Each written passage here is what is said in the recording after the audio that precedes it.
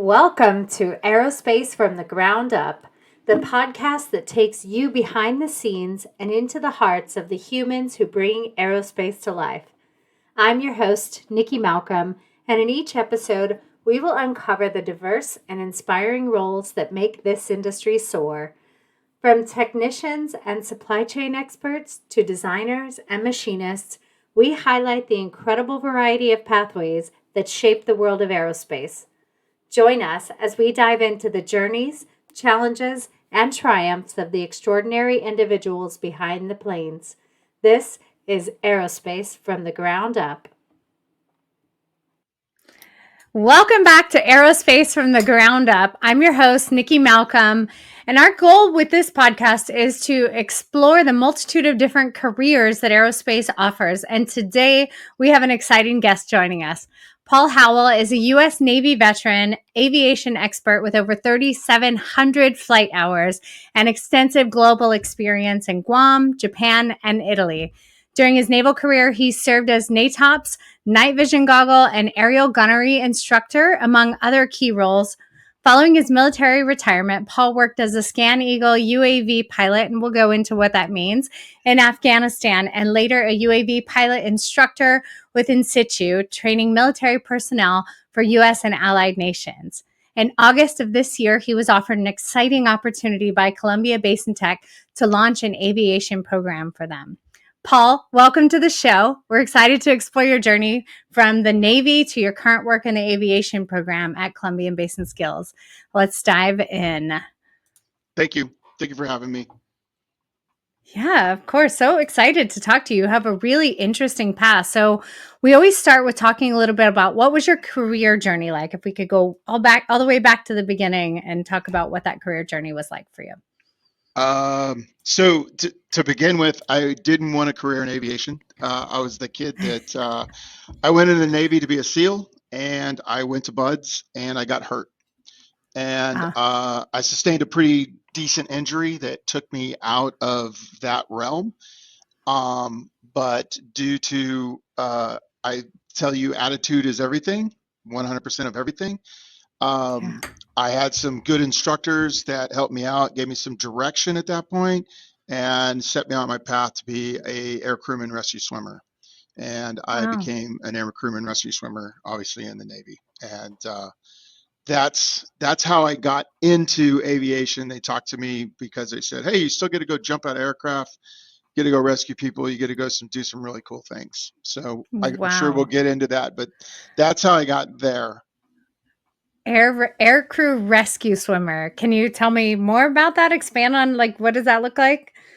So the rescue swimmer program is highly sought after right now in the Navy.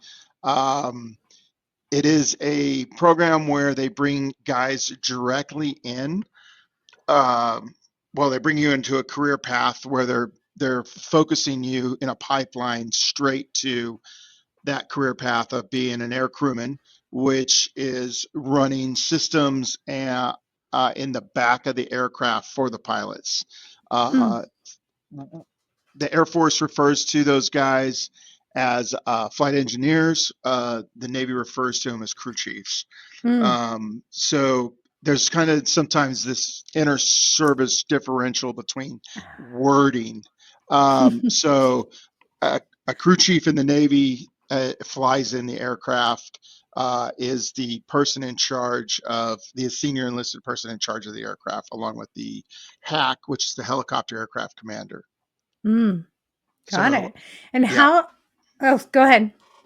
Oh, so I was on 3 different platforms. Started out as a H-46 guy, and from there I went to be an H-1 guy, which is prevalently known as the Huey. And then from that, I went to the MH-60 Sierra, which looks like for the layperson terms, it's a Black Hawk painted gray. And it has a larger rotor head, which is able to be folded so that it can go on ships. But it is essentially a larger or a Black Hawk painted gray. Interesting. And can you share what maybe one of your most unique or interesting missions was? Let's see. Ones that you most can share without. Yeah. So one of my most interesting missions where um, you find this terminology or you hear it around guys that have been flying in the military for a while, rescue-itis. And when I was stationed in China Lake on the Hueys, our primary mission there was search and rescue. Mhm. So you had a multitude of aircraft flying there, mostly the F-18s. China Lake is the test bed. It was in the new Maverick Top Gun movie where he flies the secret aircraft, right? That's out of China Lake. I actually have the patch. His said VX-31. Mine says China Lake Weapons Test Squadron. That was the squadron that I flew out of. We were the search and rescue birds there. So to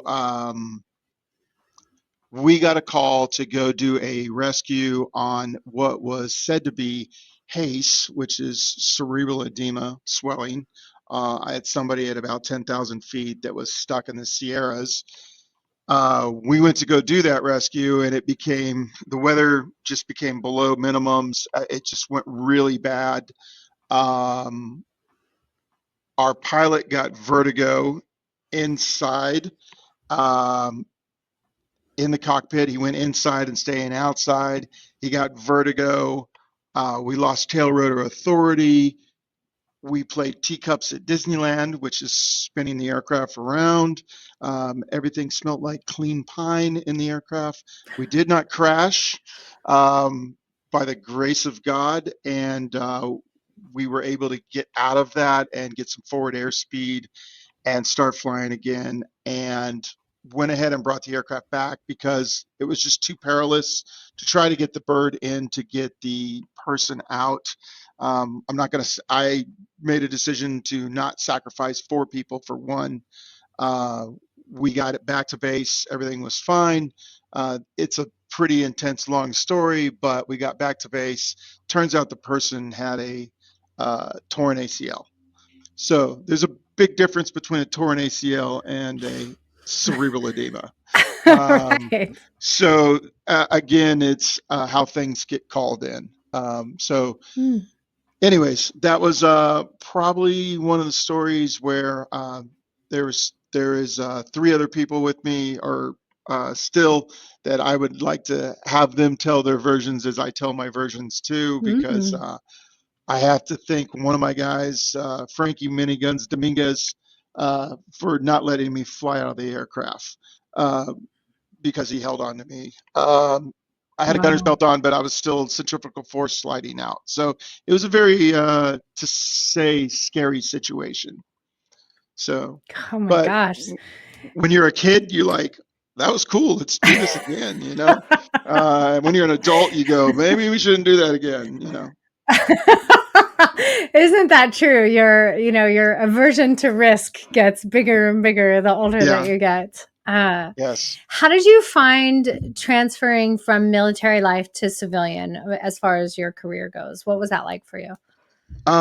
So here's the thing that it kind of skewed that world was I came right out of the military and went to work for a uh, what is known as it's a triple canopy kind of company now that it got brought in under triple canopy, but it was Academy, and before it was Academy, it was Blackwater, and so you're still it was probably the best to go work for those guys because it's still same military attitude. It just Mm. you didn't have to put up with all the other. You did your job and not all the other junk. And you didn't have to stand watches. You didn't have to worry about paperwork. You didn't have to take Mm. care of 40 kids underneath you to make sure that they were doing the right thing and they were at the right place at the right time. All you had to do was go in, show up, do your job. And it was very much a paramilitary organization, which made it Mm. a lot easier. And you were working with other vets. So the communication, the Yeah. understanding of each other, what was going on, personality wise, and it wasn't really much different from being in the military, and Mhm. that helped my transition. That Mm. made that probably made my transition a lot easier. And then going to work, when I went to work for In Situ, it was the same way. Um, it, Everybody around me was all vets or retired guys. So again, it's back to people that understand you, that don't think you're crazy because they're crazy too. Um, I'm just I like saying, matching levels of crazy. yeah. That's a good So place to be. so you're all on the same level. Yeah, Yeah. it's kind of good. This is the first job I've been in a completely civilian environment, and Yeah. I do like it. It's a little bit different. It is slightly different.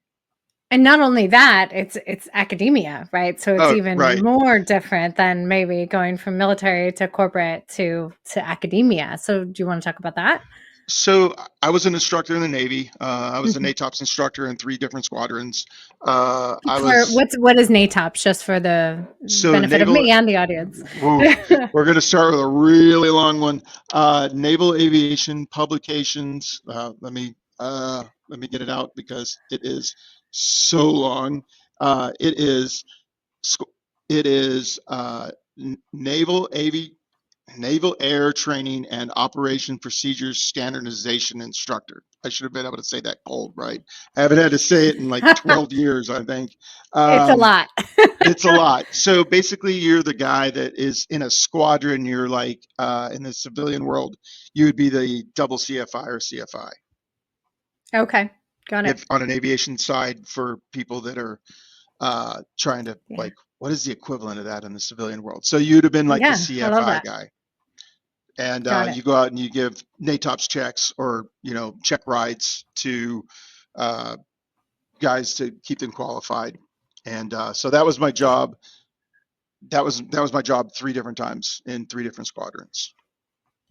Rotorcraft only or fixed wing as well?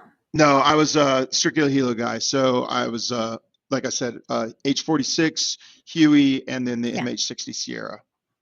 Yeah. got it. So low Got and it. slow. I like it. I like it.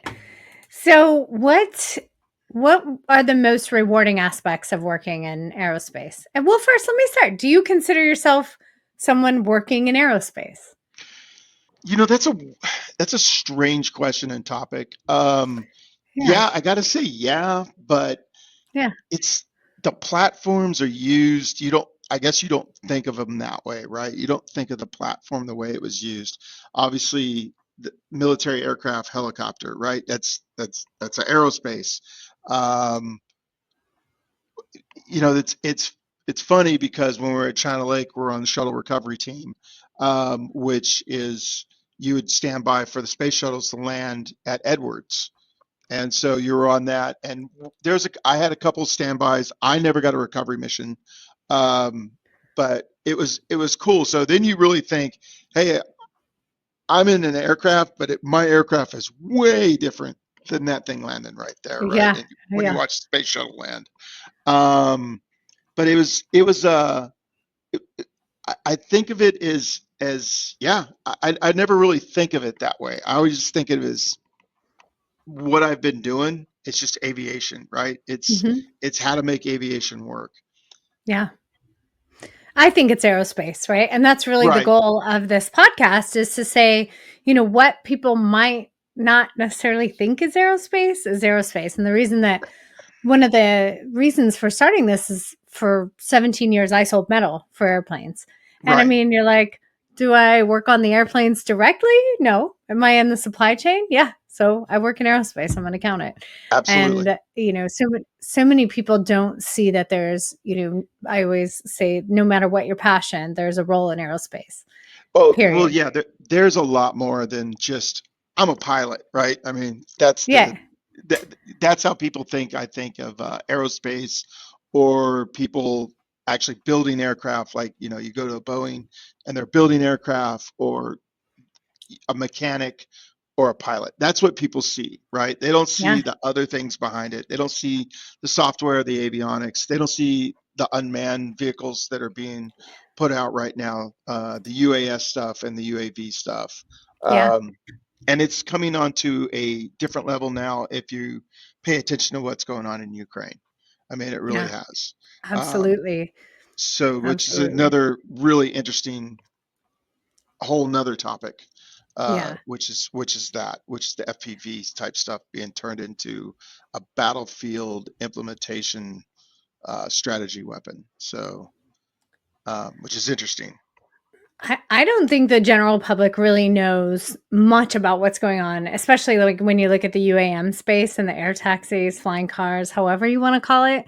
You know, I Right. talk to people in my life that aren't in aerospace, and I don't think that people know how far advanced that is and how close to that reality we actually are. There's, infrastructure things that need to be worked out, but I don't think people realize, the general public doesn't realize it. No, and I can, even with your own families, and I can say this. So my daughter-in-law and my son, they came to visit, and my daughter-in-law I'd never seen when I had worked at In Situ, and so I got her permission to come in and just come in and see the aircraft, and my son tells her, yeah, my dad works on UAVs, right? And so she automatically looks up, what a UAV is, and what does everybody go to? DJI, right? And they go to DJI, and they're like, "Oh, look at this little cool drone," which are I own by two all of them, by the by way. by all means, and I use them in my classroom to for the Well, kids now to we're learn not with, and supposed to, I think, but yeah, well, now that well, yeah, the whole thing, right? Customs, yeah, um, yeah.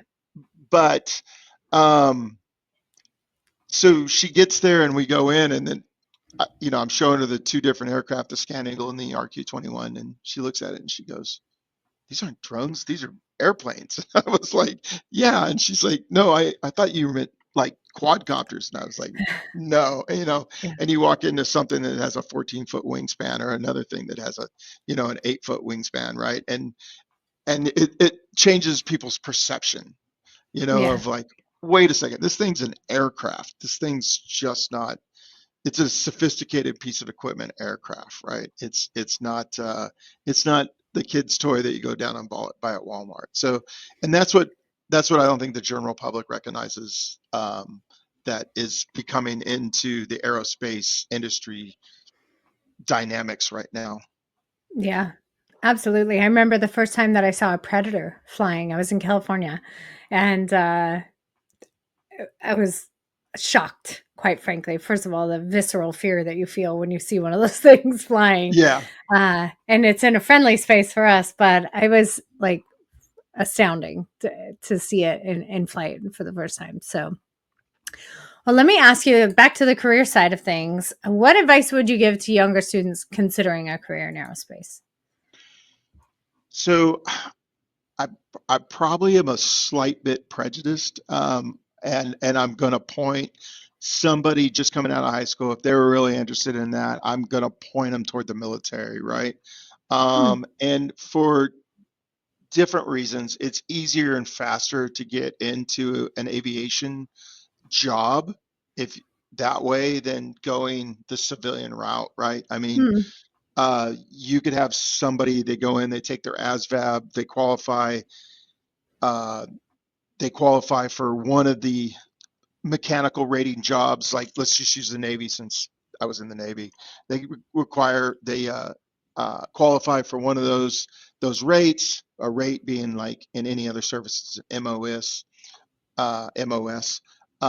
So they go into Can you that spell job. the acronyms out for us just in case people don't know what they are?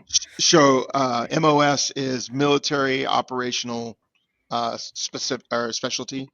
Okay. So it's their job, right? Yeah. That's their job, right? A rate is literally their job. It's a job rating. Okay. So, so in the Navy, they would pick, there's several different mechanic type skills, right? From electrical to actual mechanic to engine, and they would pick something in there in those rates, and then they would be working on. They would go to their A school, uh, which would be whatever that rate is. Say they're working on engines. We'll just keep it simple. They're working on engines. They graduate from there. They go to after boot. This is all after boot camp, right? They go from there. They go to uh, a follow-on school, which is specific to that aircraft platform, and they learn about the engines for that specific one, and then they go out to a squadron, and they'll go to Hmm. a squadron, and they'll start working. So within 1 year, you're talking within 1 year, uh, you could go from high school to actually doing the job. And Wow. then in the Army, if you qualify, you could go from, they call it high school to flight school, right? You could go be a flying warrant officer in the Army. And then the Air Force has a lot of opportunities. Obviously, it is the Air Force, right? And you have opportunities there. Now, both the Navy and the Marine Corps have a lot of similar jobs aviation wise, and they have a lot of And they Marine fly Corps some has, pretty cool planes. and they fly in some pretty cool planes. You've, yeah, you've got helicopters, Ospreys, jets. You got all kinds of stuff in the Marine Corps, same as the Navy. And the Navy has now started to phase out some of their CODs, which are their supply planes, and they're using the Osprey. The V-22 basically is replacing that, which is a pretty interesting aircraft. Yeah, I have seen those fly as well when I was in California and seen the squadron of them come over the mountains, and it is I have a few. majestic. I have a few hours of flight time on them. Yeah. I was actually the SAR detachment in December of '04 that did the actual flight deck landing quals for the Osprey on the East Coast, Hmm.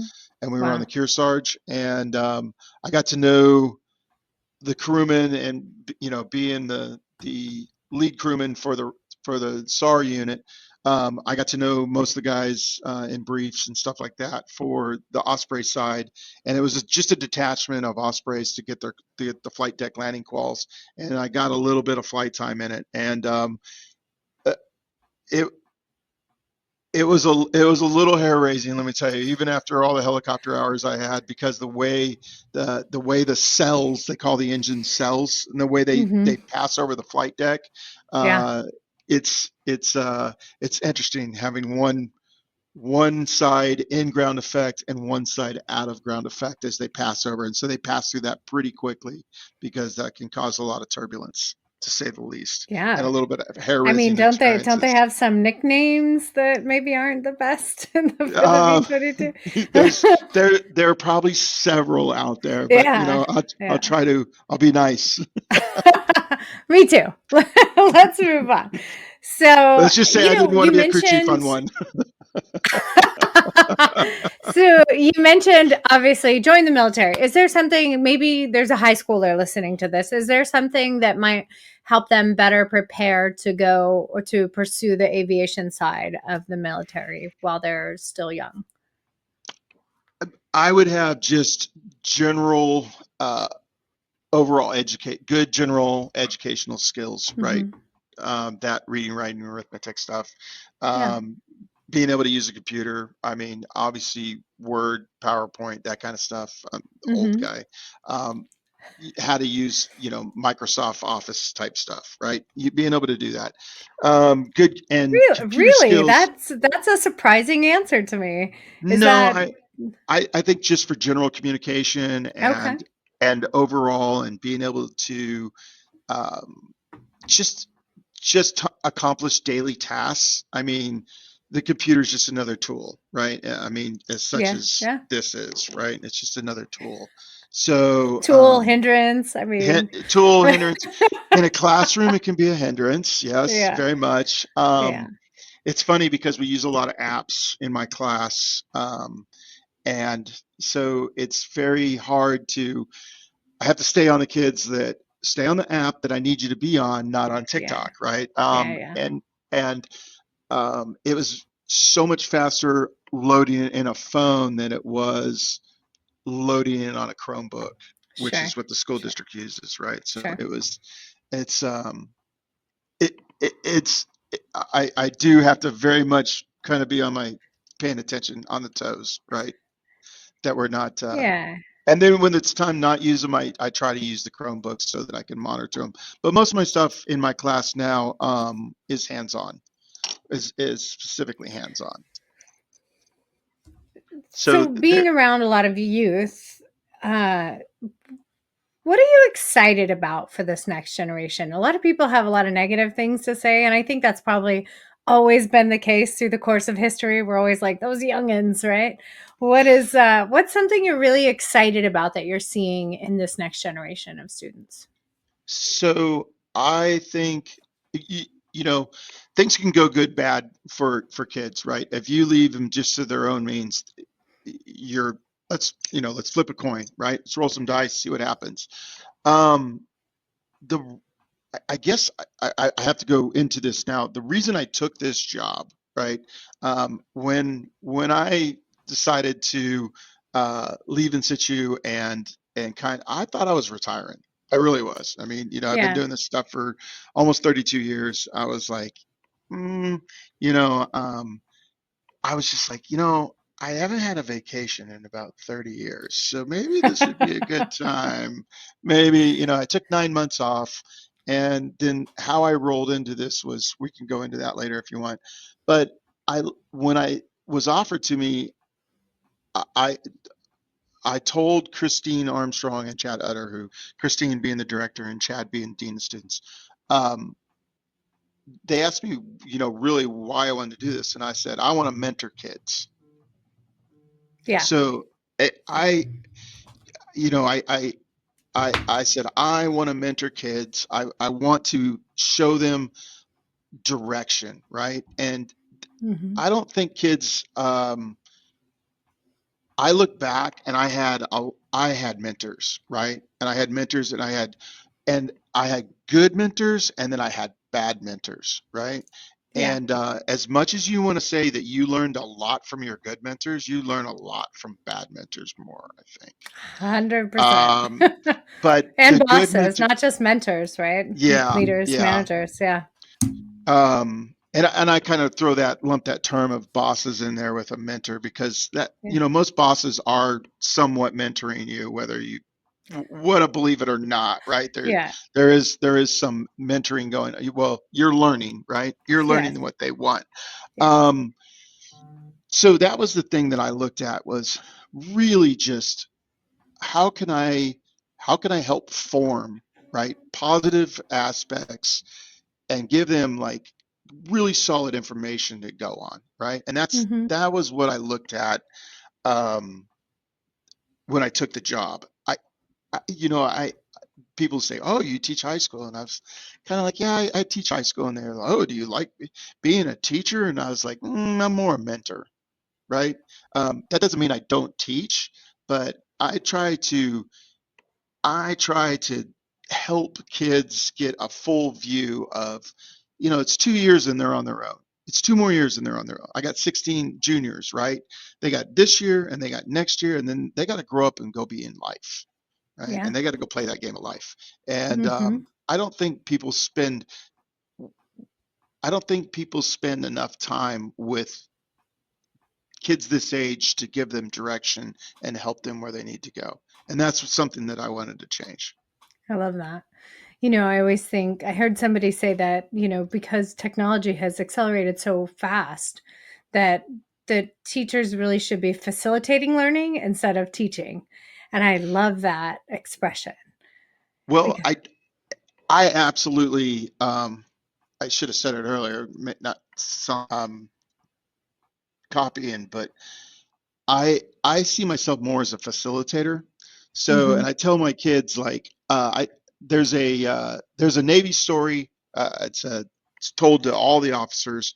Not that I was an officer, I was an enlisted guy, but you learn it and it makes really, and it's called it's Letter to Garcia, and it's about a young ensign. Without going into the whole story, basically the story is this ensign gets told to do something and he has to figure it out. And I told this story to my kids first day of class, and I I I want you to figure it out. That doesn't mean I'm not going to give you any direction. That doesn't mean I'm going to give you any help, but I'm going to give you tasks, and then I want you to go off and I want you to figure out how to do this task. And uh, cognitive thinking and deductive reasoning have been beat out of kids. And I talked to other teachers about this, and now got 11th graders, and now you want them to think. Ha. Everything you told them for the last 10 years, now you want to change it 180 degrees on them, and you want to, and I Mm. think that's where our disservice is. And that's the reason I Mm. use the techniques that I use. And you'd be surprised what if you I give my kids tools, I give them tools and I give them a direction and I tell them go. And they'll come back and they'll say, I don't get it. I said, did you fail? And they're like, no, I didn't fail. Well, I was like, then you didn't have your first attempt in learning. I love that.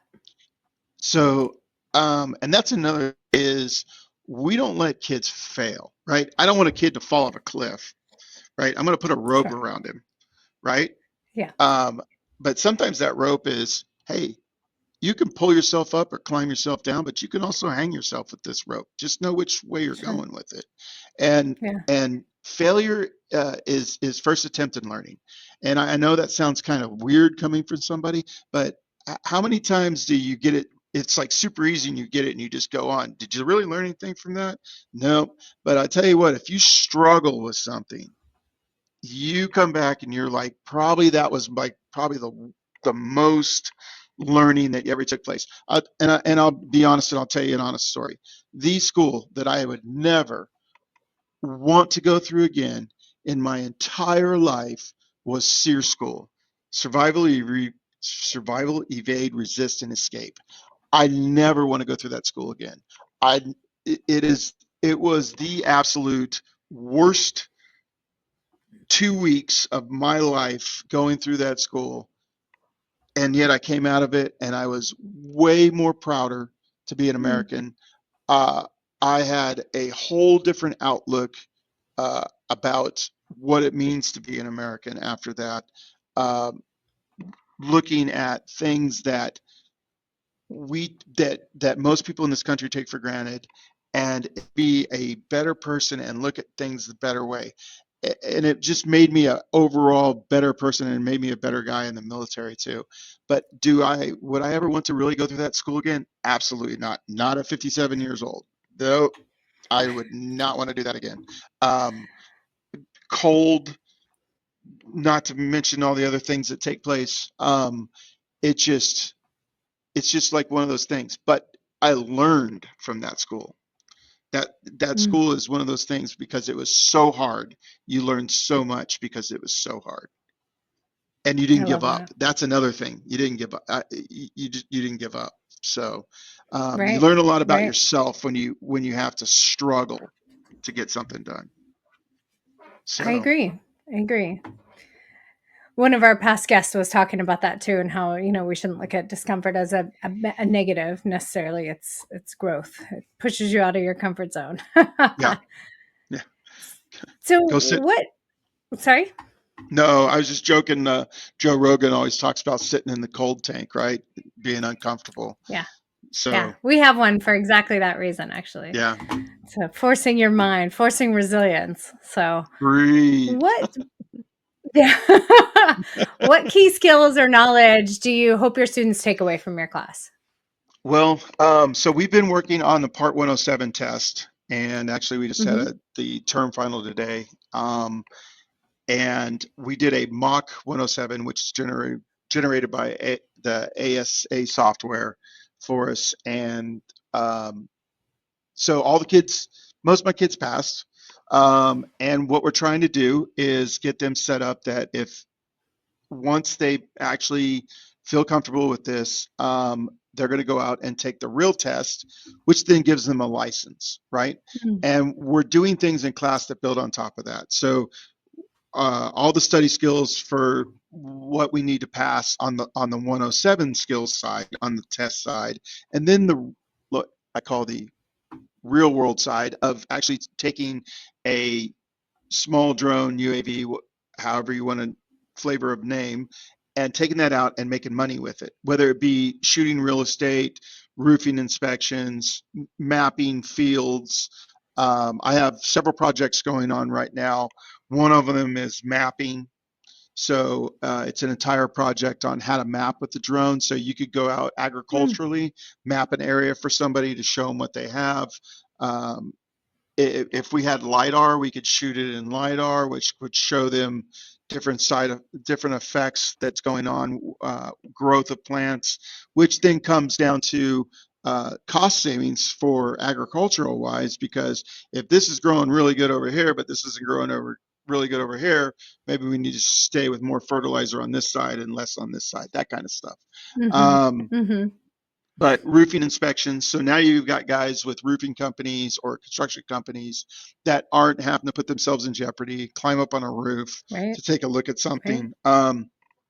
I pop up Power lines. Yeah. power lines. All that. There's all kinds of stuff. Train tracks. Yeah. There is multitudes of those type of jobs out there.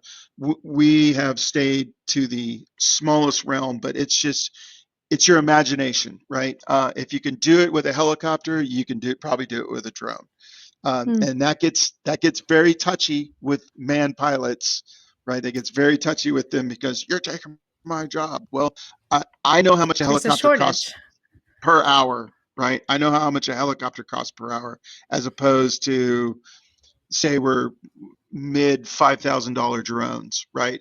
And we're popping those up with cameras so that we have IR, LiDAR, full spectrum cameras type stuff. And Mm-hmm. we'll go ahead and we can film because you might not have a helicopter available. You might not be able to get one Right. in to do that kind of stuff. And now we're finding Right. more and more with police and fire, which kind of goes back to your first statement. We're not supposed to really be using DJI, but the most readily available, like a T-30 drone, they could DJI, they could pop up and do search and rescue with, right? So we're looking at it from that standard too. Something really fast to get in there. Um, we used to use small drones in Afghanistan to pop them up just to get a, a real quick view of what's going on, battle type information before we could get a larger one up or a manned aircraft out. So Got it. because it's fast, right? It doesn't Yeah. have a lot of battery life, but for that 20 minutes that might take you to get up a Scan Eagle or an RQ-21 to compare it to something handheld. I'm not saying DJI because that's not being used, but there are other things out there that we pop up pretty quick that can help us out while that transition of time takes place, because it takes time to get an aircraft, a big bird off, Yeah. either manned or a larger UAV off the ground. So those Got it. smaller UAVs can give you a perspective of what's going on very quickly. Right. What do you see light up your students the most right now? Well, it depends on which student it is, right? Okay. I've got a handful of students that they like flying FPV stuff, and we have the Avata 2s, and we've also experimented with the Air 3s using FPV goggles with them, and they find it more intuitive to fly and get the actual pictures and photography, videography that they want using the FPV mode, as opposed to using standard just sticks or just the standard flying and with a computer screen, right?